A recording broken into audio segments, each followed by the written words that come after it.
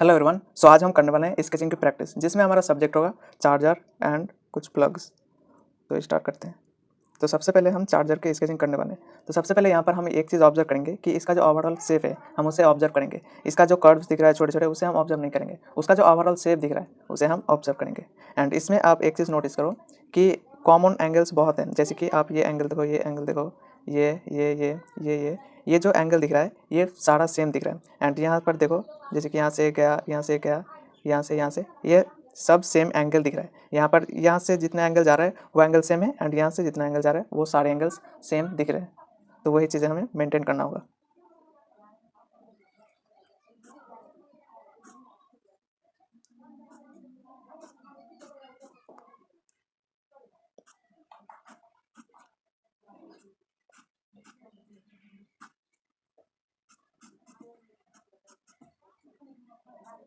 यहाँ पर जितना एंगल है वहाँ पर यहाँ पर भी सेम एंगल होगा। जब आप कॉमन एंगल्स को ऑब्जर्व करना सीख जाते हो तो उसे अप्रोच करना काफ़ी ईजी रहता है। यहाँ से जो एंगल जा रहा है यहाँ पर भी सेम।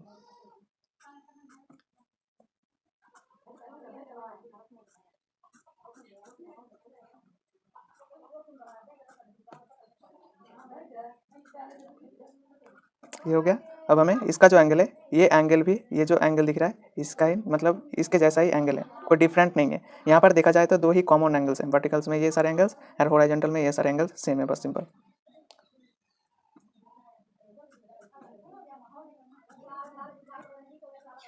यहाँ पर भी आप एंगल देखो, ये वाला पार्ट एंड ये वाला पार्ट, और ये जो एंगल देखो, इससे कंपेयर करोगे तो देखोगे कि इसका एंगल एंड इसका भी एंगल सेम ही है। तो आप चाहे तो इस तरह से मार्क करके आप उसे दे सकते हो।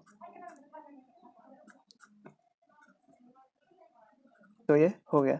अब हम नेक्स्ट देखते हैं। अब ये वाला, यहाँ पर भी हम सेम ही चीज़ देखेंगे, इसका ओवरऑल एंगल्स।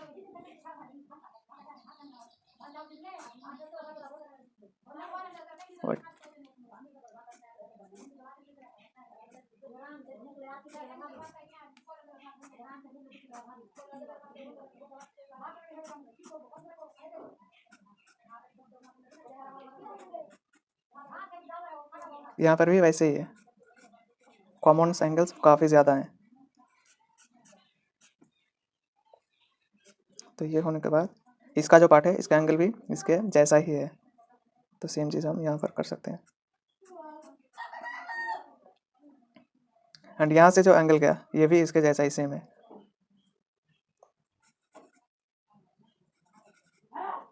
ये हो गया।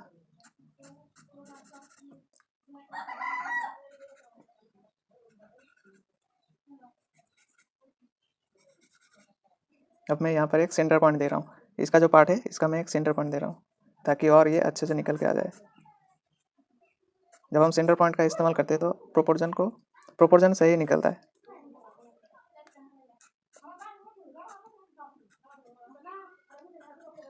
तो ये हो गया। अब हम ये जो वाला पार्ट है ये सेम ही है, सेम एंगल्स, जैसे कि ये वाला ये भी सेम एंगल में है।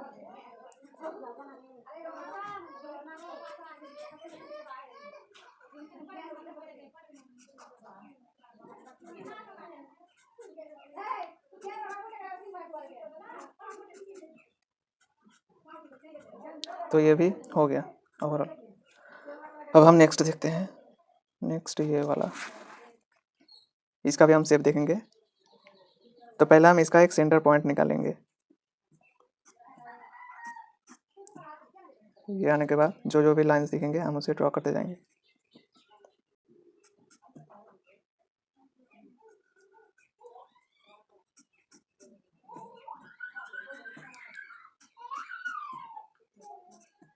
अब हो गया।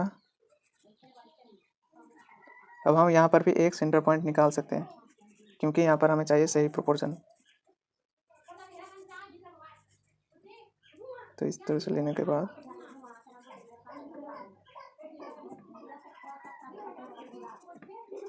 हम दोनों जगह पर सेम डिस्टेंस रहेंगे। यहाँ पर जितना रखेंगे यहाँ पर भी सेम, एंड सिंपली हम इस तरह से बना देंगे।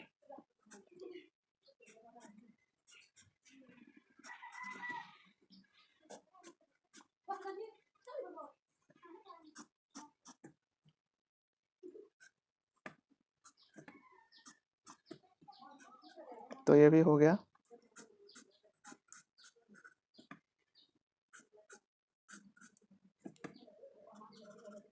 बस ये भी हो गया। अब हम नेक्स्ट लास्ट वाला देखते हैं, ये वाला।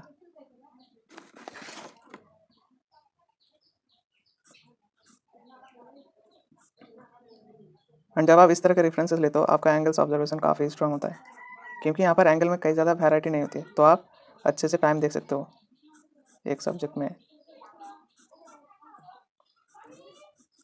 जैसे कि बॉक्सेस वगैरह हो गया, उस तरह के सब्जेक्ट आप उठा सकते हो, उसमें एंगल्स काफ़ी ज़्यादा मैटर करते हैं, जैसे कि इस तरह के सब्जेक्ट में।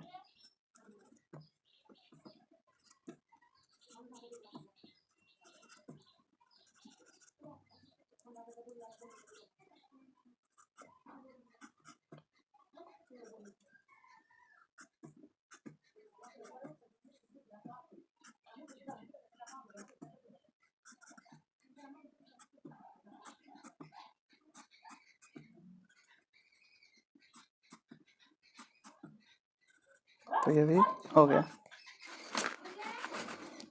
तो आप भी इस तरह के सब्जेक्ट का स्केचिंग कर सकते हो, इससे आपका एंगल ऑब्जर्वेशन काफ़ी इंप्रूव हो जाएगा।